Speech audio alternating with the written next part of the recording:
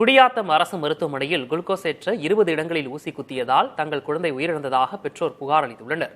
இது தொடர்பான விவரங்களை செய்தியாளர் குமரவேலிடம் கேட்கலாம். குமரவேல், என்ன நடந்தது? மருத்துவமனையில உரிய சிகிச்சை கொடுத்தாங்களா? என்ன விவரம்?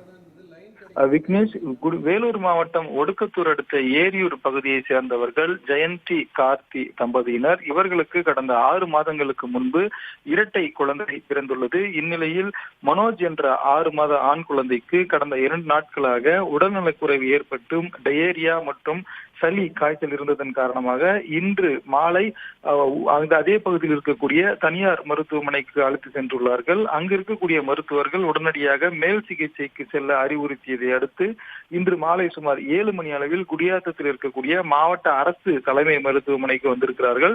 இங்கு வந்தபோது பணியில் இருந்த செவிலியர்கள் குழந்தைக்கு குளுக்கோஸ் ஏற்றுவதற்காக 20க்கும் மேற்பட்ட இடத்தில் அந்த வயலை பொருத்துவதற்காக ஊசி குத்தியதாகவும், இதன் காரணமாக கழுத்து உட்பட்ட பகுதிகளில் ஊசி குத்தியதாகவும், இதன் காரணமாக குழந்தையின் உடலில் ஒரு சில இடங்களில் ரத்தம் வெளியேறி சற்று நேரத்திலேயே குழந்தை இறந்து விட்டதாக அங்கு இருக்கக்கூடிய குழந்தையின் பெற்றோர் மற்றும் அவருடன் இருக்கக்கூடிய உறவினர்கள் குற்றம் சாட்டியிருக்கிறார்கள். தற்போது இது தொடர்பாக காவல்துறையினர் விசாரணை மேற்கொண்டு வரும் நிலையில் மருத்துவமனை நிர்வாகம் மற்றும் காவல்துறையினரிடம் பெற்றோர்கள் உறவினர்கள் வாக்குவாதத்தில் ஈடுபட்டு வருகிறார்கள்.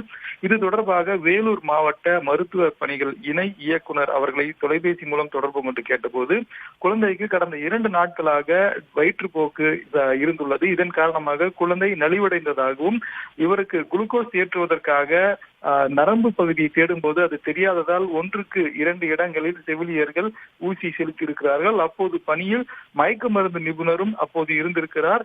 அதே சமயம் குழந்தைக்கு தாய்ப்பால் தவிர வேறு ஏதேனும் ஆதாரம் கொடுக்கப்பட்டிருக்கலாம். அதன் காரணமாகவும் கூட குழந்தைக்கு மிகுந்த உடல்நல பாதிப்பு ஏற்பட்டிருக்க கூடும்.